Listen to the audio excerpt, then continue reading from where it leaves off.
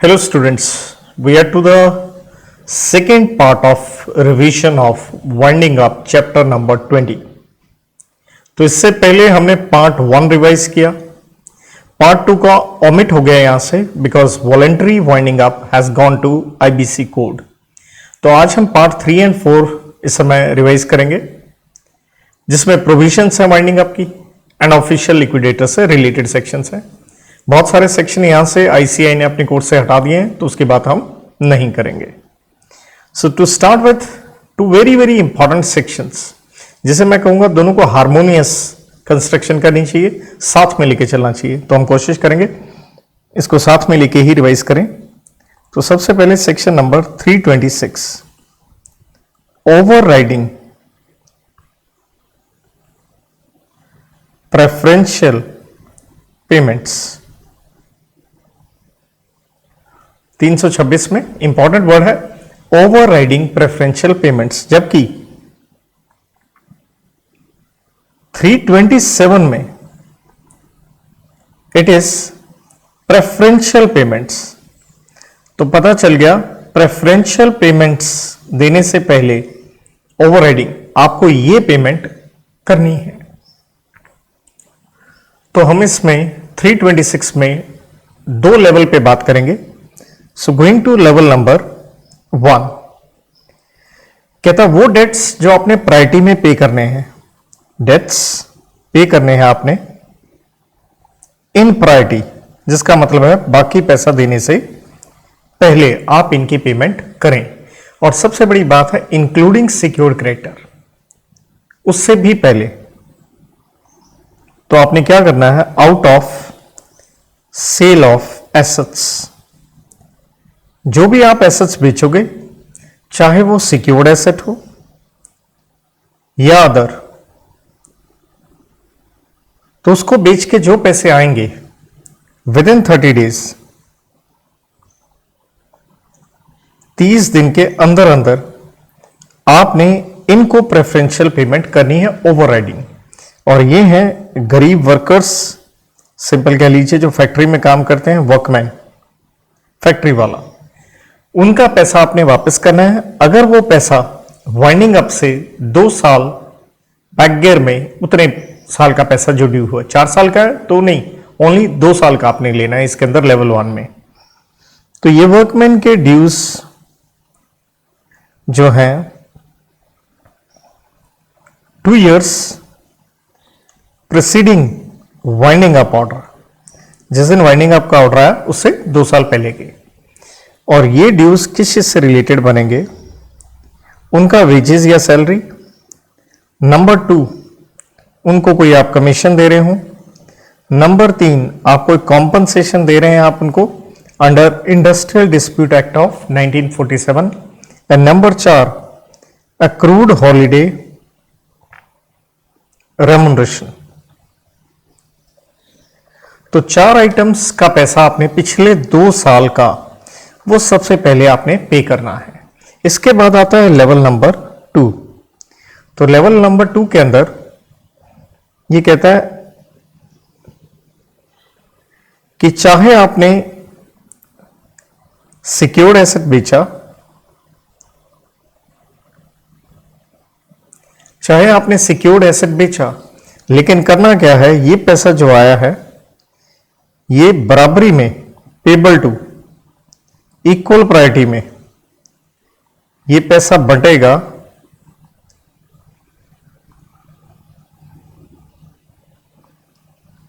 इन दोनों के बीच में, विच मीन्स सिक्योर्ड क्रेडिटर को भी पैसा मिलेगा लेकिन साथ में वर्कमैन ड्यूज फिर से। लेकिन अब ये कौन से वर्कमैन ड्यूज होंगे, अंडरस्टूड है 2 साल वाले लेवल 1 में आ गए, ये आ गया लेवल 2 में। तो वर्कमैन ड्यूज वही 4 आइटम में जो ऊपर मैंने लिख दी, वो चारों भी वर्कमैन ड्यूज में है। साथ में 2 आइटमें और हमें यहां ध्यान रखनी है। एक, आपको कॉम्पनसेशन जो पेबल है under workman compensation act of 1923। Number 2, आपका फंड्स का पैसा, कोई भी फंड्स हो, प्रोविडेंट फंड है, ग्रेचुटी फंड है, पेंशन फंड है या अदर कोई इस तरह के फंड्स हो, तो ये इक्वल प्रायोरिटी में इनकी पेमेंट होगी। कहने का मतलब ये हुआ कि अगर एक यहां पे ये इलस्ट्रेशन जैसे 326 में दे रखी है कि अगर workman due let's say 1 lakh के हैं, सिक्योर्ड क्रेडिटर आपके 3 लाख के हैं, and let's say secured asset बेच के जो पैसा आया वो 1 लाख आया, तो ये पे कैसे होगा? तो ये पैसा वर्कमैन को एंड सिक्योर्ड क्रेडिटर को उनके रेशियो में पे हो जाएगा। 1 लाख है तो 1 लाख ये पैसा सिक्योर्ड क्रेडिटर को नहीं जाएगा, वर्कमैन को 1/4 एंड सिक्योर्ड क्रेडिटर को 3/4। कहने का मतलब है अगर ये इनसफिशिएंट है तो दोनों को जो लॉस है वो अबेट मींस इक्वल प्रोपोर्शन में ही वो जाएगा, वो रिड्यूस हो जाएगा अमाउंट। तो ये है आपका 326। अब 327 में बात करें प्रेफरेंशियल पेमेंट्स, तो यहां ध्यान रखें 7 आइटमें हैं जिनका नंबर ऑब्वियसली ओवरराइडिंग के बाद आएगा। सबसे पहले इसे मैं कहूंगा सरकारी ड्यूज, जो आपने सरकार को पैसे देने हैं, किसी चीज से भी रिलेटेड हो सकते हैं, टैक्सेस एटसेट्रा, कोई भी चीज। लेकिन ये कितने दिन का पैसा सरकारी ड्यूज हो? वाइंडिंग अप से 1 साल पहले तक का पैसा, with in 12 months preceding winding up order. And number 2, 3, 4, 5, 6 ये आप ध्यान दें, ये सारा का सारा पैसा एम्प्लॉइज से रिलेटेड है, वर्कमैन नहीं, एम्प्लॉइज जो ऑफिस में काम कर रहे हैं।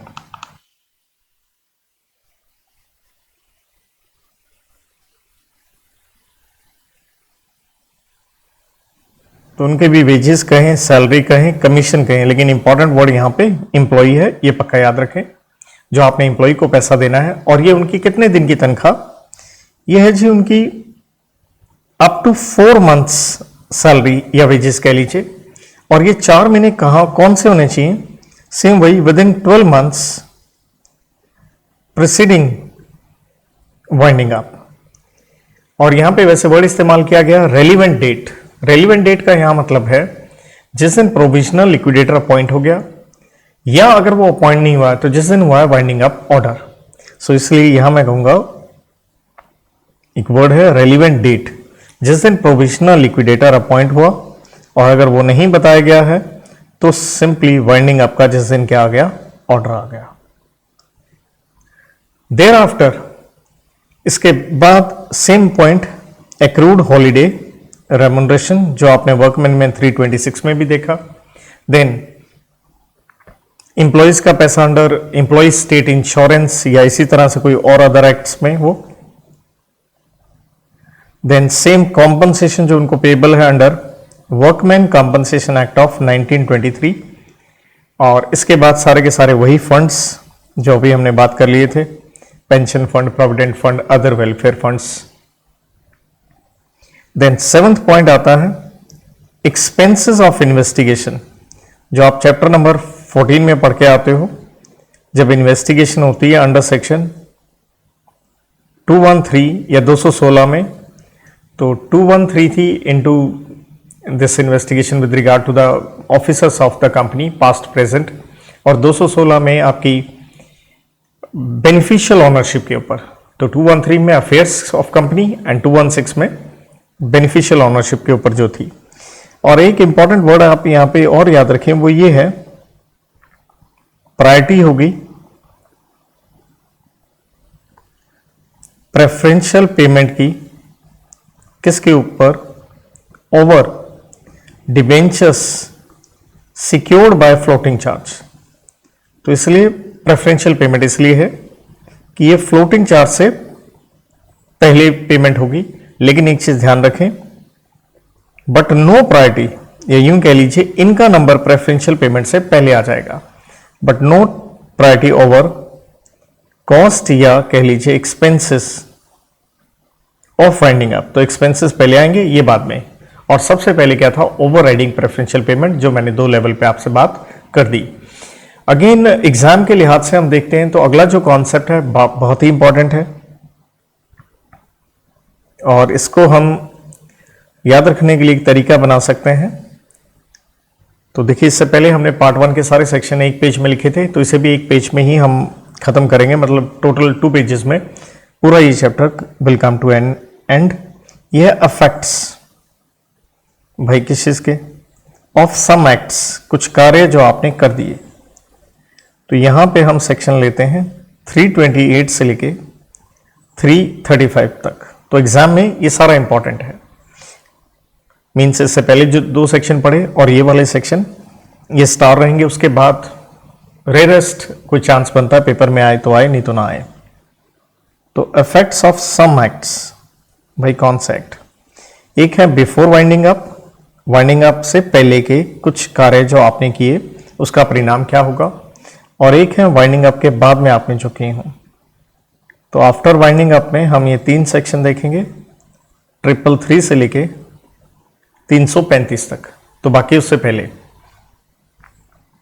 तो आइए सेक्शन सबसे पहले लेते हैं 328, लेकिन इस सेक्शन को आपको रेड विद करना चाहिए 331। तो भैया साथ में इसकी बात कर लेंगे। तो 328 सेक्शन कहता है फ्रॉडुलेंट प्रेफरेंस। अगर इससे पहले आप गौर करें तो चैप्टर नंबर 16 में एनसीएलटी के ऑर्डर में सेक्शन 242 में भी फ्रॉडुलेंट प्रेफरेंस की बात हुई थी। तो कहता कंपनी ने फ्रॉडुलेंट प्रेफरेंस करी है, ऑब्वियसली किसी ना किसी को पेमेंट में। कहने का मतलब है कंपनी है, उसने पक्का किसी को क्या कर दी, पेमेंट कर दी किसी भी व्यक्ति को। और ये व्यक्ति हो सकता है कंपनी का क्रेडिटर हो सकता है गारंटर वगैरह हो, श्योरिटी जिसे आप कह देते हो। किसी को पैसे देने में आपने प्रेफरेंस दिखाई है, प्रेजुडिशियल आपने किया है, और ये पेमेंट करी है ऑब्वियसली जब आपको पता है कि हाँ कंपनी शायद क्या हो जाए, बंद हो जाए, इसलिए आपने हेडिंग दिया बिफोर वाइंडिंग अप। और ये पेमेंट आपने करी है विद इन 6 मंथ्स। तो इसलिए टाइम पीरियड इंपॉर्टेंट है, इसी के ऊपर प्रैक्टिकल क्वेश्चन आने हैं। With in 6 months before obviously winding up का जब ऑर्डर आया, तो उसके 6 महीने के अंदर अंदर अगर आपने ऐसी पेमेंट की है तो ये फ्रॉडुलेंट प्रेफरेंस होगी। अब इसका इफेक्ट क्या होगा, तो नेचुरल है इफेक्ट ये होगा कि एनसीएलटी इसे डिक्लेयर करेगी इनवैलिड, या वर्ड कह लीजिए कि ये पेमेंट गलत है, इसलिए आप रिस्टोर करो, मतलब जो पेमेंट जिसको पैसे मिले हैं वो पैसे क्या करे, वापस करे। एंड 331 कहता है लायबिलिटी किसकी, उन लोगों की जिनको ये प्रेफरेंशियल पेमेंट मिली है, फ्रॉडुलेंट प्रेफरेंस मिली है,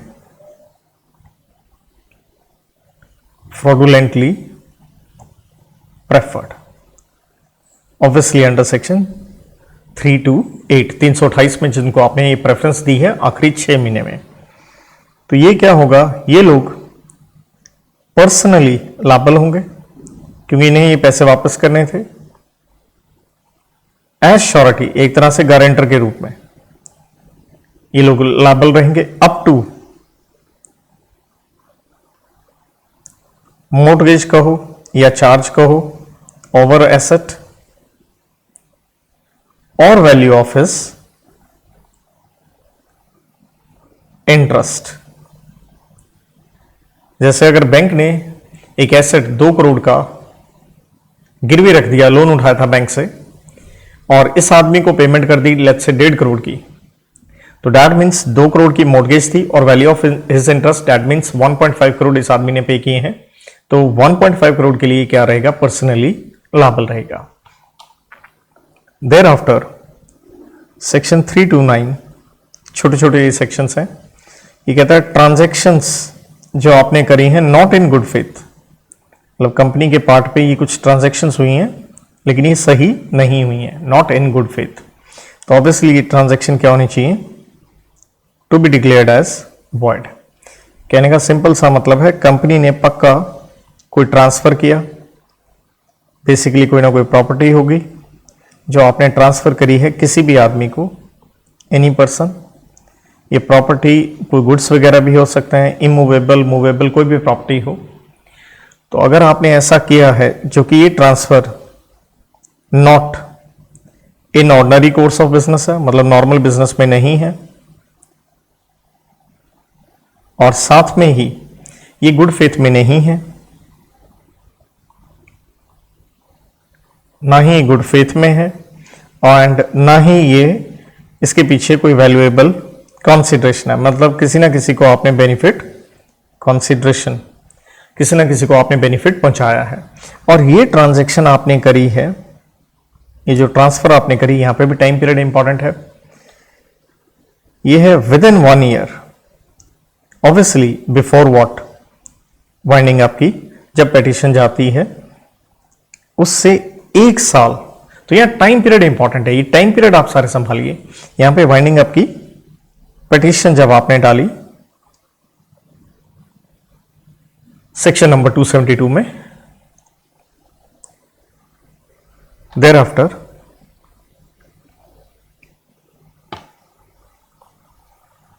सेक्शन 330, सो 330 कहता है सर्टेन ट्रांसफर्स, यहां पे भी ट्रांसफर्स की बात है, और ये भी कहता है सर्टेन ट्रांसफर्स क्या होंगी, एज गुड एज नथिंग होंगी, डेट मीन्स वॉइड होंगी। तो ये ट्रांसफर्स क्या है, फिर से कंपनी ने, और एक तरफ है ट्रस्टी। ट्रस्टी बेसिकली किसका होता है, या तो क्रेडिटर्स का, डिपॉजिटर्स का, या डिबेंचर होल्डर्स का, क्योंकि आपने उनसे पैसा उठाया और आपको एक ट्रस्टी अपॉइंट करना पड़ता है। तो एज ए कंपनी आपने ट्रांसफर कर दिए एसेट्स, किसको ट्रांसफर कर दिए, इस ट्रस्टी को। माना कंपनी की वाइंडिंग अप होने जा रही है, लेकिन आप डायरेक्टली इन्हें ट्रांसफर कर नहीं सकते हैं। इनको क्यों कर दिए, फॉर बेनिफिट। तो इसलिए हम वॉइड कह रहे हैं क्योंकि आप कहीं ना कहीं बेनिफिट पहुंचाना चाह रहे हो, जो कि आपने लीगल वे में नहीं किया, आपको करना था।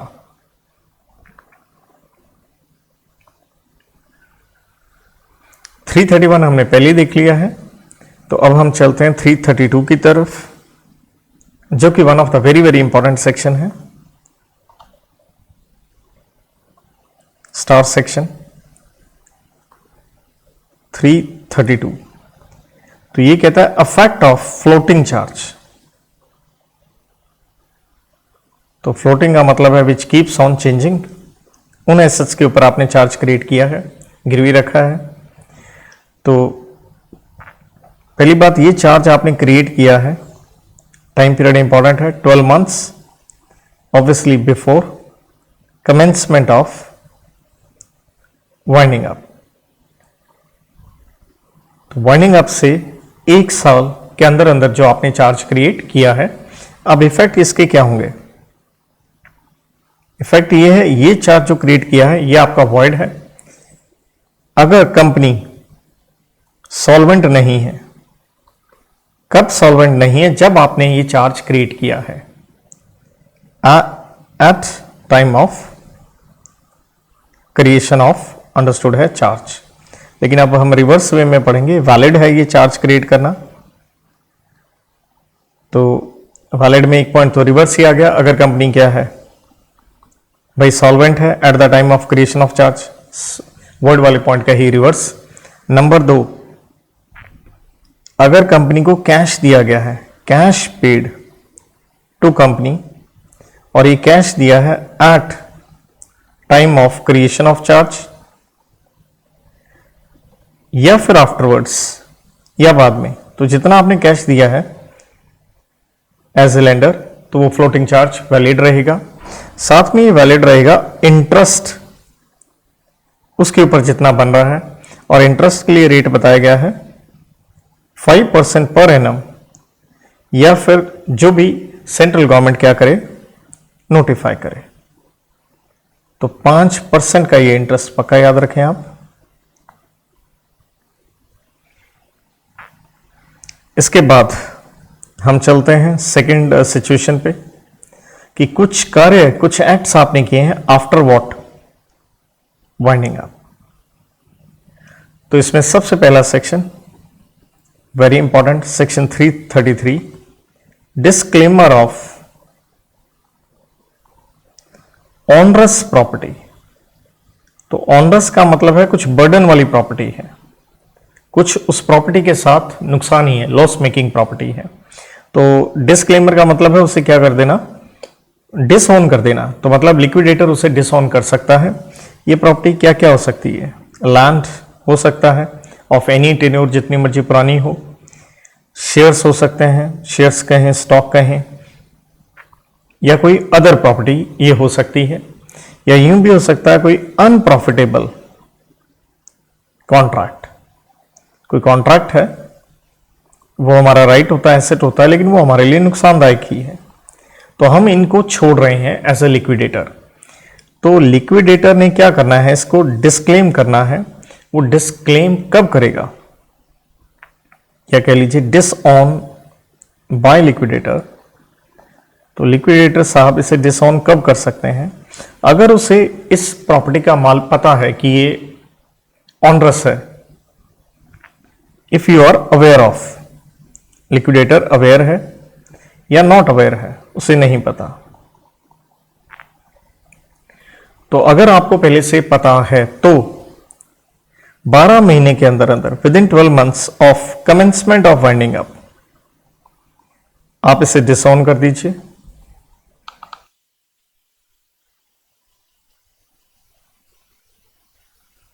यहां पे एनसीएलटी चाहे तो एक्सटेंशन दे सकता है 12 महीने के टाइम पीरियड पे, या अगर आपको अवेयर नहीं है तो जब आपको पता चला, जब पता चला, when you came to know about it, तब भी उसके टाइम पीरियड सेम है, 12 मंथ्स में आप उसे डिस्क्लेम कर सकते हैं। एक है जब पता चला, दूसरा वाइंडिंग अप के बाद, लेकिन एक्सटेंशन मिल सकता है। लेकिन साथ में इसमें लेनी पड़ती है आपको अप्रूवल, किस चीज की, एनसीएलटी की, डिस्क्लेम करने के लिए, मतलब उनको बता के, इंटीमेट करके। और यहां पे एनसीएलटी जो है में अवार्ड दे सकती है डैमेजेस, किस बात के लिए, वो जो कॉन्ट्रैक्ट था, अगर आपने उसका बीओसी किया, stands for breach of contract, तो भाई दूसरी पार्टी को कह सकती है इसको इतना डैमेजेस आपको देना पड़ेगा। देन सेकेंड पॉइंट इसमें ये आता है, कोई डिस्क्लेमर नहीं हो पाएगा, नो डिस्क्लेमर इफ, अगर जो भी आदमी इंटरेस्टेड है, इंटरेस्टेड पर्सन, उसने एक नोटिस दिया, किसको, सीएल को, टू कंपनी लिक्विडेटर को। क्या नोटिस दिया कि भैया आप डिसाइड करो, डिस्क्लेम आपने करना है या नहीं। लेकिन इस कंपनी लिक्विडेटर ने उसके ऊपर कोई डिसीजन नहीं लिया। CL feels to decide, 28 days का आपका टाइम पीरियड है, उसमें आपने डिसाइड नहीं किया, या इस टाइम पीरियड पे एक्सटेंशन आपको मिल सकता है, ऑब्वियसली एनसीएलटी आपको देगा। तो 28 दिन में आपने डिसाइड करना था, आपने डिसाइड नहीं किया, तो आप उसे डिस्क्लेम नहीं कर पाएंगे। Thereafter, to small sections 334 कहते कुछ ट्रांसफर्स हुई हैं, और ये ट्रांसफर्स हुई हैं आफ्टर, नेचुरल है, कमेंसमेंट ऑफ वाइंडिंग अप। और ये ट्रांसफर क्या होंगी, वॉइड होंगी, अनलेस एनसीएलटी अगर अप्रूव कर दे तो अलग बात है, अनलेस एनसीएलटी अप्रूव्स, वरना ये वॉइड होंगी।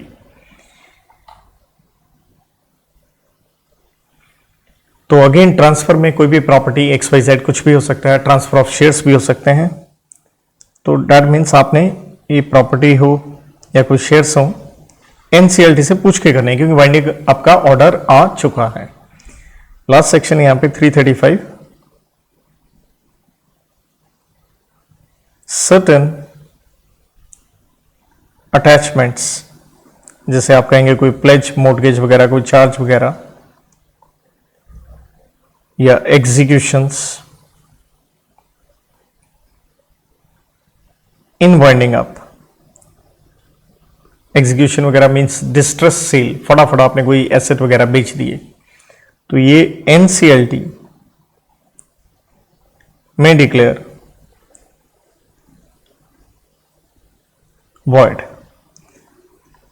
तो कहने का मतलब है अगर एनसीएलटी की विदाउट अप्रूवल से हैं तो वो इस तरह के मोर्टगेज चार्ज को क्या कह सकता है कि वॉइड कह सकता है कि वाइंडिंग अप का कंपनी के खिलाफ क्या हो चुका है, ऑर्डर आ चुका है। तो इसके बाद हमारे ये छोटे छोटे सेक्शंस हैं।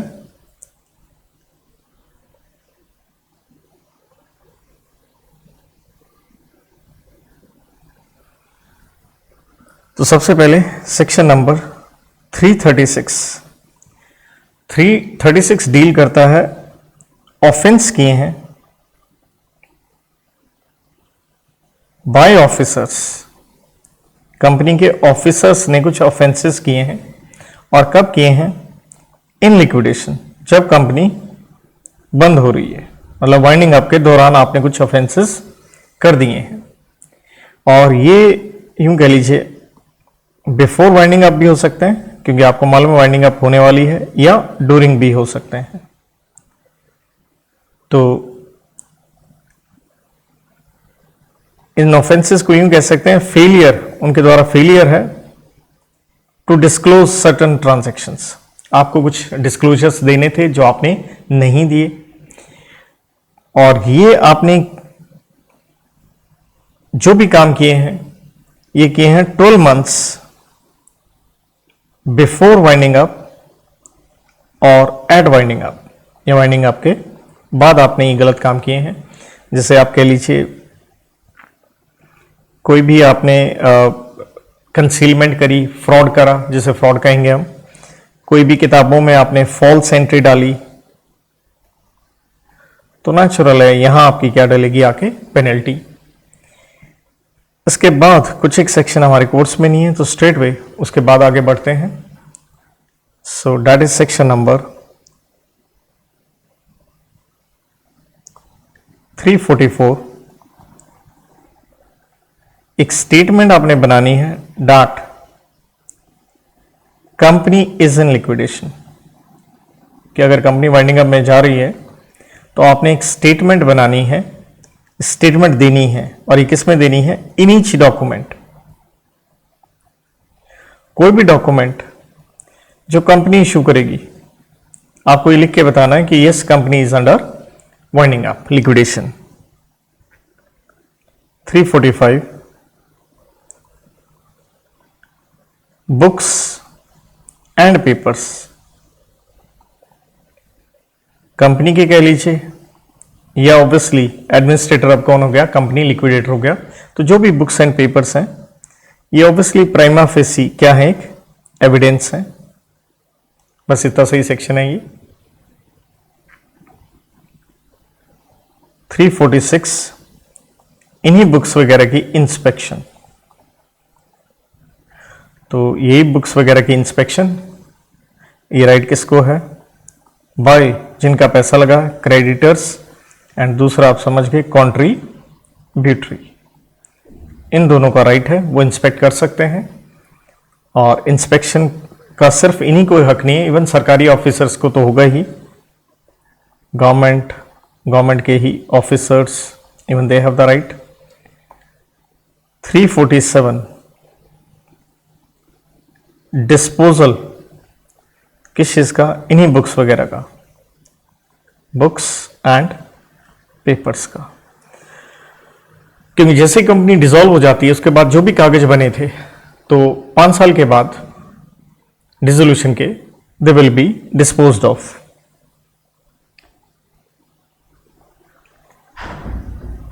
After dissolution,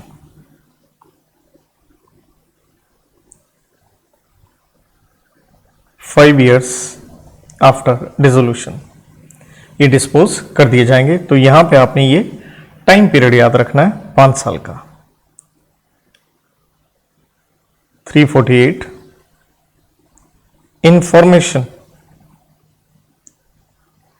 as to pending लिक्विडेशंस,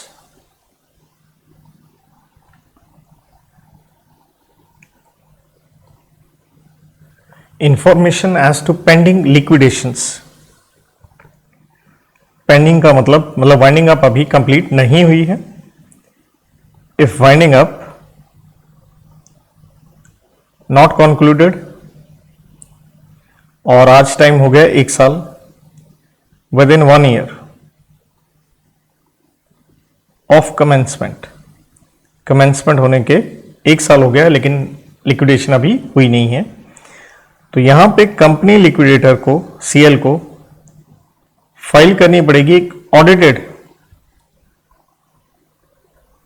statement, और ये किसको देनी है? आपने एनसीएलटी को देनी है। और ये कब देनी है?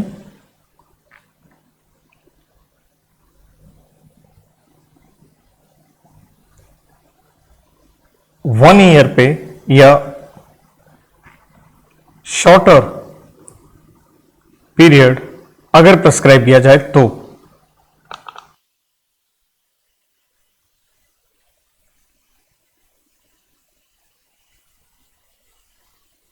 तो अगर 1 साल में आपकी वाइंडिंग अप नहीं होती है तो सालाना लेवल पे आप ये ऑडिटेड स्टेटमेंट्स एनसीएलटी के पास फाइल करेंगे। तो इसके बाद हम मूव करते हैं आखिरी हिस्से पे, that is with regard to the official liquidators.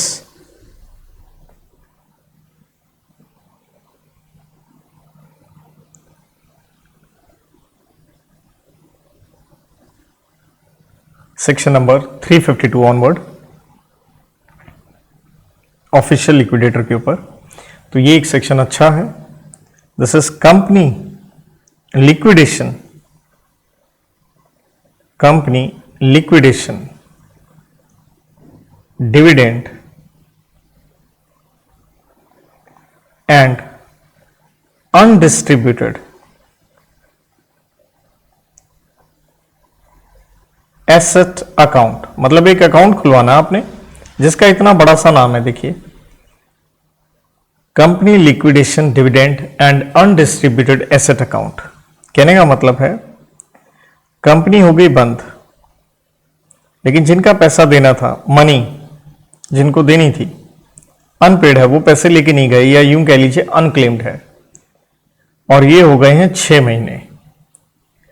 तो जो भी क्रेडिटर वगैरह का पैसा देना था, या कॉन्ट्रीब्यूटरी का जो भी आपने पैसा देना था, क्रेडिटर का हो, कॉन्ट्रीब्यूटरी का हो, या दोनों का हो, 6 महीने हो गए। तो कंपनी ने क्या करना है? ये अकाउंट ओपन करवाना है। इस अकाउंट में आपने पैसे डाल देने हैं, और ये अकाउंट खुलेगा with the scheduled bank. And number 2, जब कंपनी डिसॉल्व हो जाती है तो इस अकाउंट में जो ये पैसे चले गए हैं, इससे रिलेटेड एक राइट दिया जाएगा इन लोगों को टू क्लेम कि वो इस अकाउंट में से पैसा अपना ले सकते हैं, और उसके लिए उन्हें एक एप्लीकेशन देनी होगी आरओसी को। तो उसके बाद उनका एंटाइटलमेंट देखा जाएगा और उनको पैसे इसमें से दे दिए जाएंगे। तो अगर आरओसी सेटिस्फाइड है इनके एंटाइटलमेंट से, तो वो 60 दिन के अंदर अंदर आपको पैसे दे देगा, वरना वो रिपोर्ट करेगा रीजनल डायरेक्टर को। अदरवाइज रिपोर्ट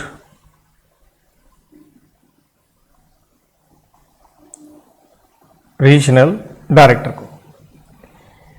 और साथ में इसमें एक चीज और भी आती है, ये भी टाइम पीरियड से रिलेटेड है, कि 15 साल के बाद ये पैसा ट्रांसफर कर दिया जाता है। 15 साल इस अकाउंट में रहता है, और उसके बाद ये ट्रांसफर कर दिया जाता है general revenue account of central government. तो क्वेश्चन कम्स, क्या आपका राइट अब खत्म हो गया है? स्टिल आपका राइट रहेगा रिक्लेम करने का, कि 15 साल बाद भी आप ये पैसा अपना क्लेम कर सकते हैं। प्रोसीजर वही है जो ऊपर हमने लिखा, कि आपने एक एप्लीकेशन देनी है आरओसी को, उसको अपनी सेटिस्फेक्शन करनी है, and then they will pay you off, और he will report to the regional director. 353, ये जो लिक्विडेटर है टू मेक, या कह लीजिए फाइल रिटर्न से एटसेट्रा। नेचुरल है, लिक्विडेटर कंपनी का क्या बन गया? एडमिनिस्ट्रेटर। तो सारे कंप्लायंसेस आप उसे करने हैं, तो रिटर्न्स वगैरह सारी की सारी वही फाइल करेगा। रिटर्न्स कहो, अदर डॉक्यूमेंट्स कहो, तो जो भी फाइलिंग करनी बनती है वो आप कीजिए। और अगर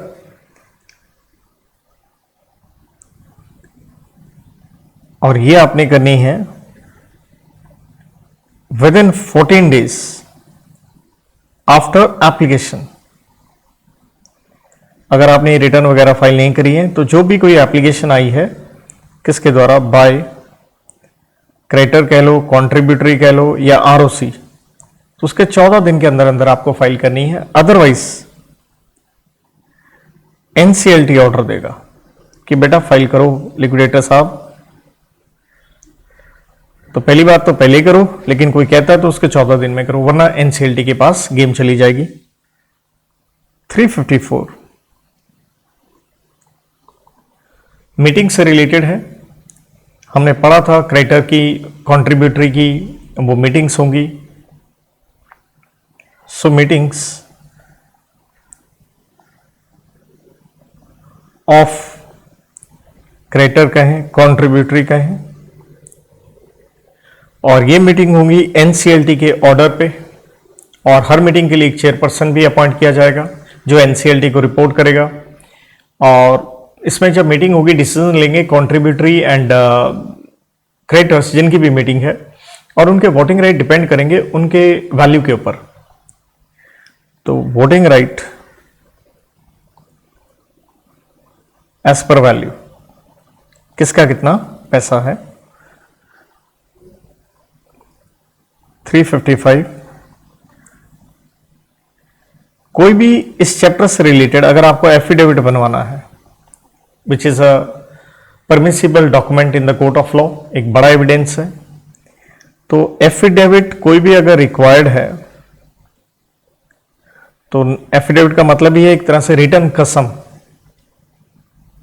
तो वो बनेगा टू बी स्वॉन, मतलब एक कसम ली जाएगी किसके आगे, बिफोर कोई भी कोर्ट हो सकता है, ट्राइब्यूनल हो सकता है, कोई भी अथॉरिटी हो सकती है, जज हो सकता है, ऑथराइज्ड ऑफिसर। तो ठीक है जी, उसका ठप्पा लगवा लीजिए, ये एक लीगल डॉक्यूमेंट बन जाएगा। 356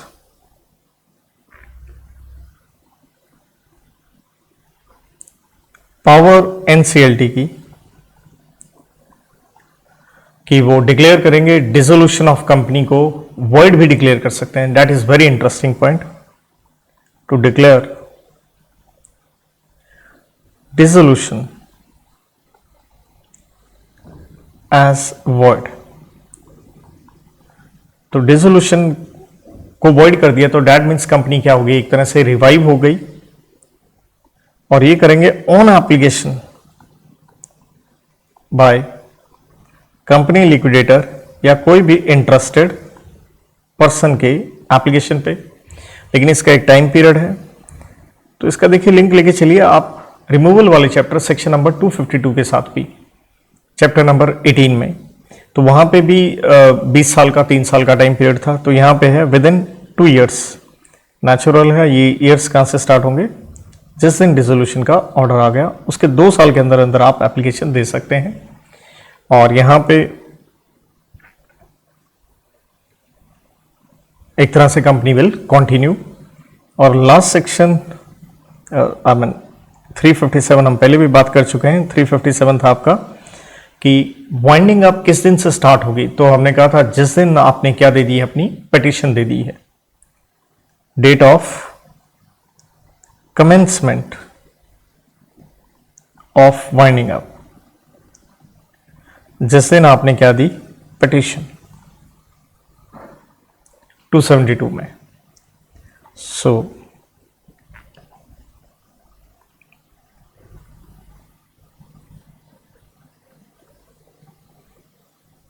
सेक्शन नंबर 358, तो 358 तक ही हमारे कोर्स में है।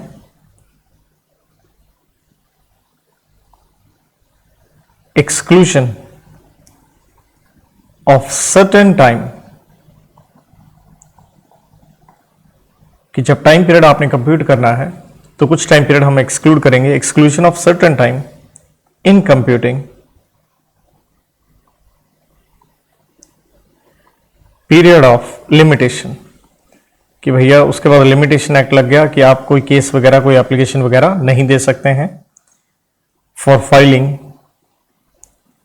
कोई भी सूट हो या कोई भी एप्लीकेशन हो। तो कौन सा टाइम पीरियड हम एक्सक्लूड करेंगे? सो ये है period from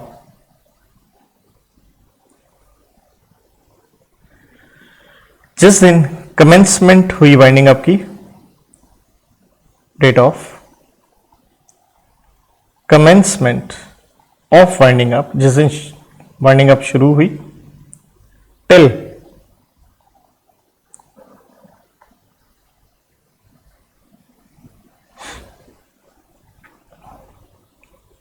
one year immediately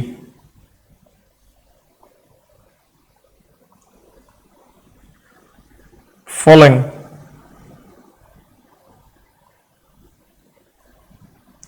the date of winding up